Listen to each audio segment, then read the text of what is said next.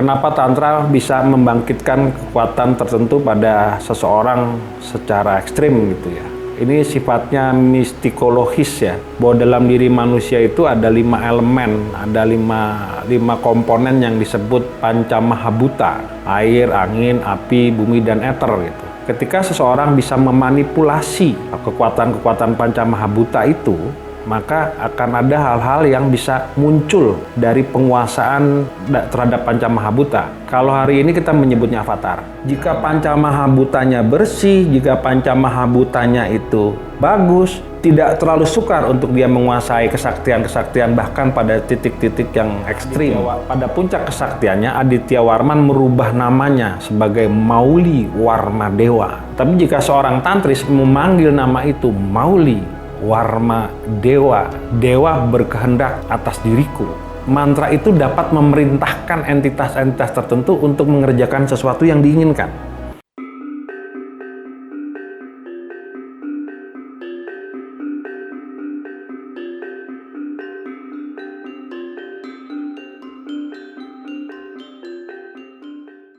Salam jumpa di Jurnal Hendra. Malam ini saya sedang menggunakan baju dengan motif barong. Agak menarik nih. Jadi kita bicara Tantra lebih jauh lagi gitu. Seringkali Tantra dihubungkan dengan kesaktian ya gitu. Tapi memang demikianlah Tantra. Bahwa para pelaku Tantra yang diharapkan adalah bagaimana mereka mencapai atau memiliki kekuatan-kekuatan yang di luar nalar ya gitu ya, di luar pikiran sehat gitu ya, kekuatan-kekuatan yang gaib dan ajaib. Di masa dulu tentu saja alam tidak seperti hari ini kan ya, serba gampang. Zaman dulu kan hutan masih lebat, rawa laut masih banyak, binatang buas masih ganas. Tentu saja tanpa perangkat khusus manusia nggak bisa selamat begitu aja di era-era awal itu. Untuk bisa masuk hutan atau untuk bisa masuk sebuah kawasan tertentu, seringkali kita dibekali lah oleh bekal-bekal tertentu yang kerap kita gunakan ketika menghadapi masalah-masalah yang sangat sukar. Kekuatan-kekuatan ini digunakan oleh para tantris untuk bahasanya membuka lahan baru, membuka wilayah baru, atau melakukan ini kurang enak ya bahasanya, melakukan penaklukan terhadap wilayah-wilayah yang dianggap strategis dan bernilai ekonomi tinggi atau memiliki posisi strategik yang penting. Jadi tidak aneh kalau zaman dulu Tantra digunakan sebagai instrumen untuk bahasanya untuk memperluas kekuasaan, untuk memperluas kawasan pengaruh dan seterusnya. Itu hal yang orang dulu, sakti itu bukan barang yang aneh, barang yang sangat biasa kalau di Nusantara. Kenapa Tantra bisa membangkitkan kekuatan tertentu pada seseorang secara ekstrim gitu ya. Ini sifatnya mistikologis ya. Bahwa dalam diri manusia itu ada 5 elemen, ada lima komponen yang disebut Pancamahabhuta gitu kan. Air, angin, api, bumi, dan ether gitu. Ketika seseorang bisa memanipulasi kekuatan-kekuatan Pancamahabhuta itu, maka akan ada hal-hal yang bisa muncul dari penguasaan terhadap Pancamahabhuta. Kalau hari ini kita menyebutnya avatar, gitu. Ada avatar angin, ada avatar bumi, ada avatar air, dan seterusnya. Gitu. Contoh yang paling ringan adalah avatar air. Gitu. Penguasa avatar air itu bisa membuktikan misalnya minum kopi yang mendidih dia langsung minum. Nah itu buat para tantris atau buat orang-orang zaman dulu bukan hal yang aneh itu kan, bukan hal yang luar biasa, ini biasa-biasa saja.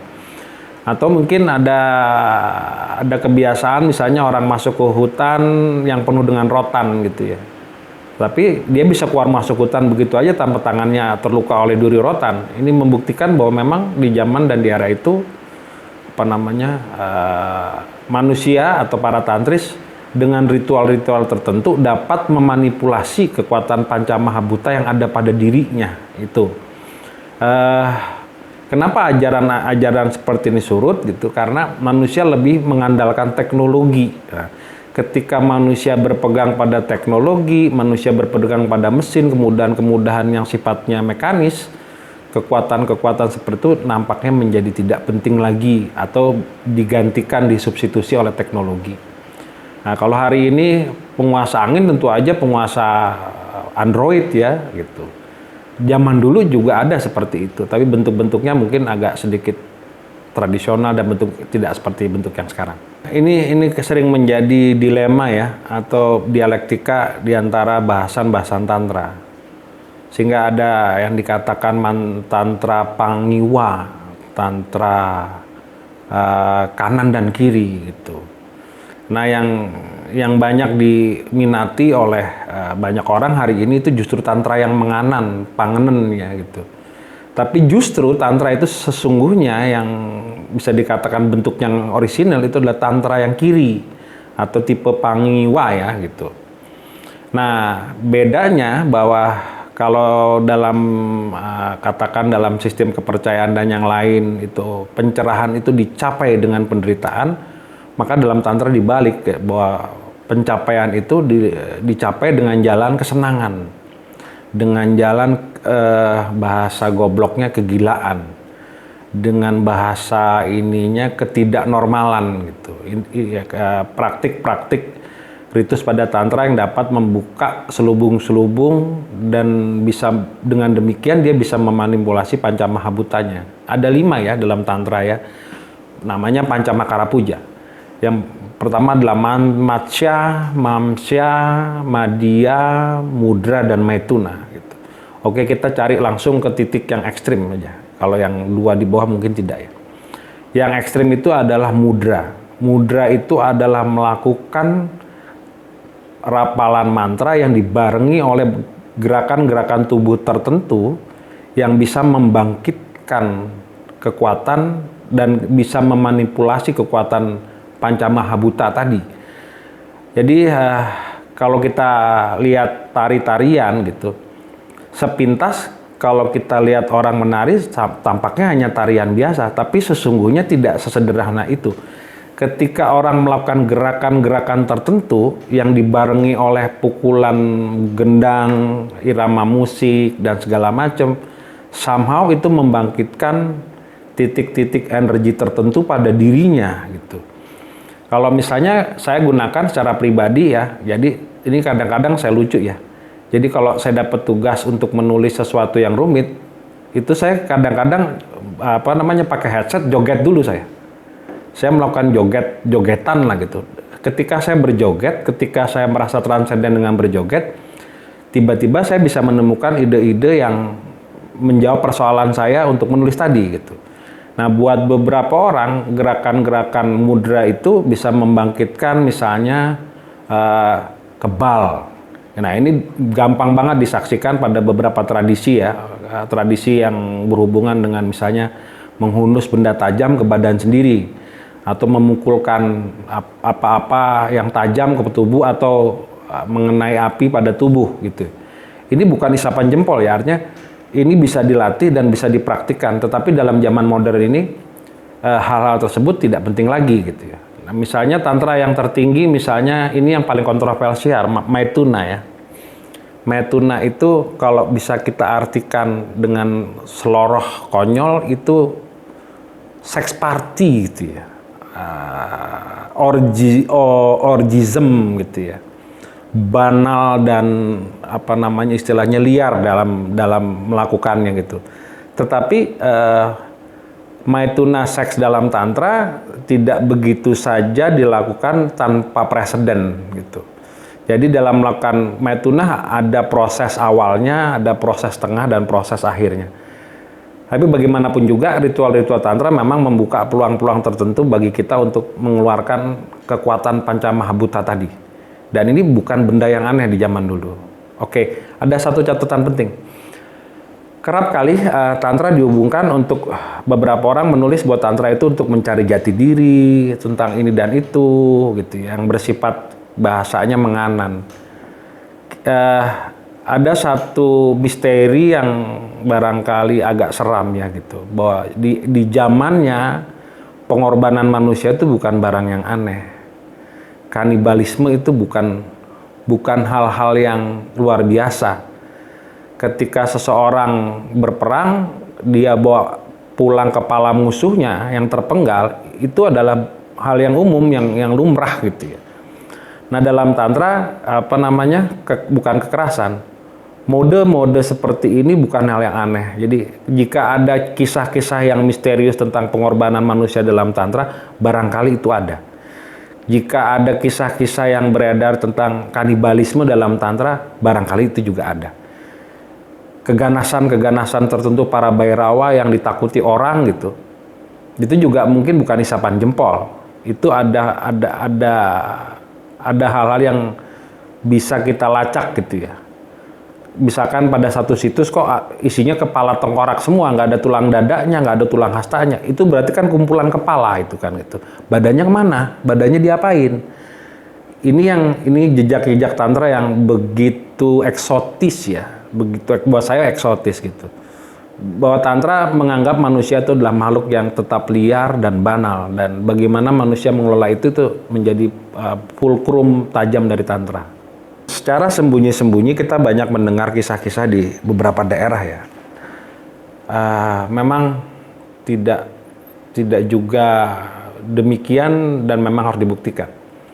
Ada kisah-kisah tentang misalnya cerita tentang leak ngakak, kemudian ada cerita tentang palasik, ada cerita tentang kunyang, ada cerita tentang yang modern tentu kuntilanak gitu ya.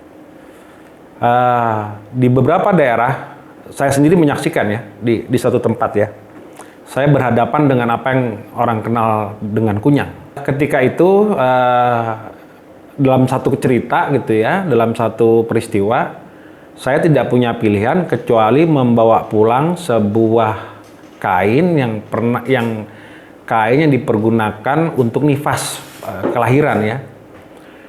Kain itu saya gantungkan di belakang rumah ya. Malam hari ada suara-suara agak berisik gitu ya. Kemudian saya buka pintu gitu. Setelah saya buka pintu, ini agak menyeramkan ya. Ada sesosok perempuan dengan senyum yang ini cantik, senyumnya nggak menakutkan. Dia tersenyum sangat manis sembari memegang ujung kain yang dipergunakan untuk nifas. Nah, seperti dijilati gitu ya. Nah, seketika itu tubuh saya demam gitu ya, karena saya berhadapan mungkin ya dengan satu benda atau satu barang yang tidak umum dalam pemandangan gitu. Tetapi saya pun karena saya juga melakukan praktik-praktik seperti itu, sehingga saya tahu mengkonternya gimana. Nah, counter yang paling mudah waktu itu adalah tidak takut gitu. Jadi ketika terjadi pertemuan encounter dengan benda seperti itu, tidak takut. Bahwa seorang tantris dengan tantris yang lain vibrasinya sama, gelombangnya sama, sehingga kita bisa berkomunikasi. Nah, di sana saya berkomunikasi, Anda siapa?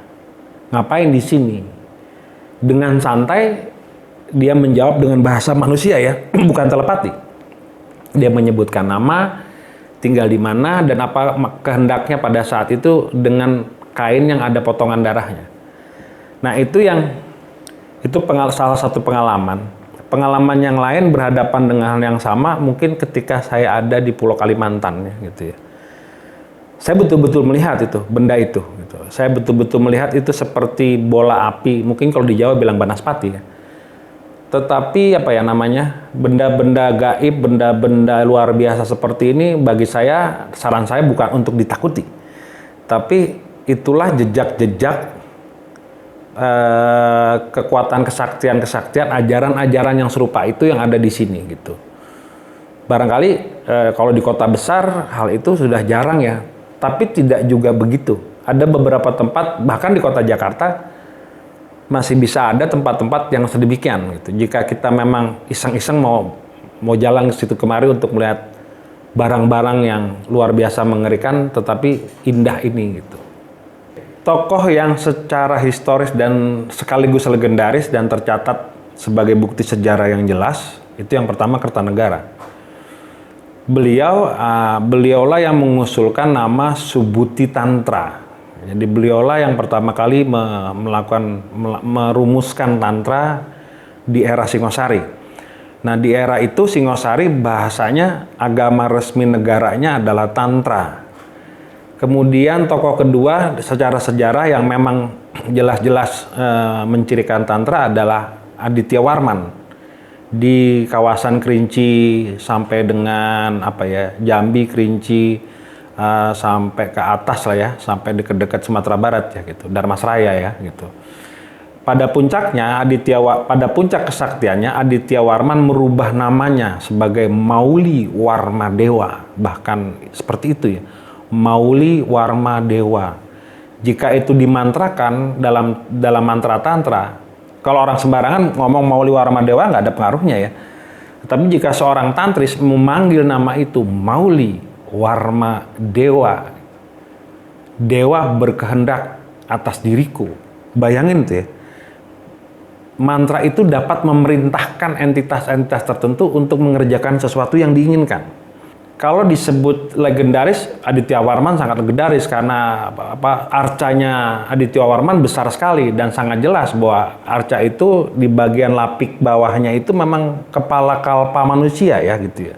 Tokoh lain dalam hubungan tantra selain Kertanegara, Aditya Warman tentu saja berhubungan dengan beberapa tokoh yang ada di Pulau Bali. Ini mungkin perlu dipelajari lebih lanjut. Tetapi kalau tokoh-tokoh yang umum, kalau bagi saya gini, karena tantra itu banyak berkembang di Sumatera gitu ya, di eranya gitu. Jadi tokoh-tokoh seperti Palasik, Kunyang dan sejenis dengan itu bukan hal yang aneh gitu ya. Bukan hal yang luar biasa, ini hal yang biasa aja gitu. Tokoh lain dalam dunia tantra barangkali kita bisa sebut tantra dalam aliran Buddhisme. Nah, mungkin tantra dalam aliran Buddhisme ini tumbuh dan berkembang di sepanjang Sungai Musi ya gitu. Tokoh-tokohnya mungkin tidak ada secara epigrafi, tidak tercatat dalam prasasti, tetapi bukti-bukti mereka ada dan eksis terbentang luas sekali itu di Sungai Musi. Beberapa situs di hulu Musi mencirikan bahwa situs itu adalah tempat di mana tantra pernah dipraktekkan, tantra pernah dipergunakan. Itu tokoh-tokoh bersejarah dalam sejarah kita yang ada hubungannya dengan tantra.